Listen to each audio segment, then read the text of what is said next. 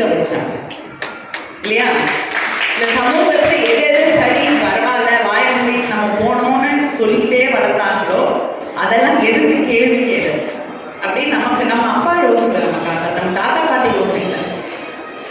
ஏன்னா அவங்க எல்லாமே அதுல ஊறி போய் வாழ்ந்து கொண்டிருந்தாங்க. அதை மாற்றி ஒருத்தர் கேள்வி கேளு, உன்னுடைய வாழ்க்கையை நீ மாற்றிக்கொள்ள முடியும் அப்படின்னு சொன்னது தந்தை பெரியார். பாலியல் பலாத்காரம் பற்றி கேட்கிறேன். நான் ஒன்னே கேட்கிறேன், உங்க வீட்டில் நம்மளை வளர்க்குறாங்க, எல்லாரையும் சேர்த்து தான் சொல்றேன். என்ன சொல்லி வளர்க்குறாங்க? 6 மணிக்கு வீட்டுக்கு வந்து, ஏன்னா இருட்டில் வெளியில போனீங்கன்னா ஏதாவது தப்பா நடக்கலாம், இந்த ட்ரெஸ்ஸை போட்டுட்டு வெளியில போகாத, 4 பசங்க கமெண்ட் அடிப்பாங்க, தப்பா பேசுவாங்க, தப்பா நடந்துக்கலாம்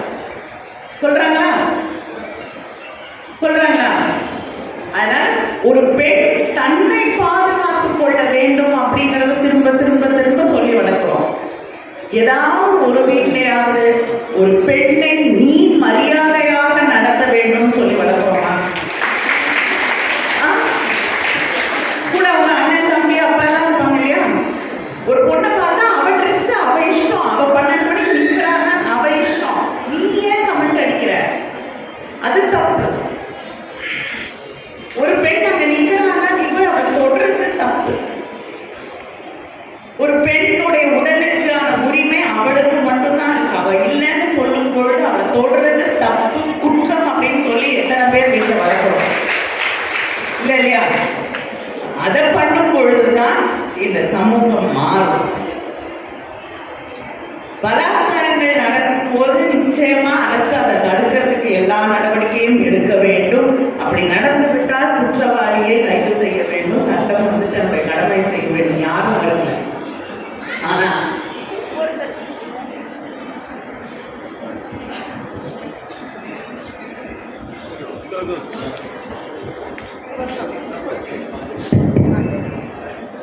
ஆனா ஒவ்வொருத்தர் வீட்லயும் வந்து அரசாங்கம் பார்க்க முடியாது. நான் ஒரே ஒரு எக்ஸாம்பிள் என்ன சொல்லணும்னா, ஒரு திருமணத்திற்குள்ளேயே பெண்கள் பலாத்காரம் செய்யப்படுகிறார்கள் இல்லையா? அதுக்கு ஒரு சட்டம் கொண்டு வாங்கன்னா ஒன்றியத்தில் இருக்க அரசாங்கம் அது தவறான ஒரு சட்டமாக முன்னுதாரணமாக மாறிடும் அப்படின்னு சொல்லி அதை கூட செய்ய மறுக்கக்கூடிய சமூகத்துல தான் நம்ம வாழ்ந்துட்டு இருக்கோம்.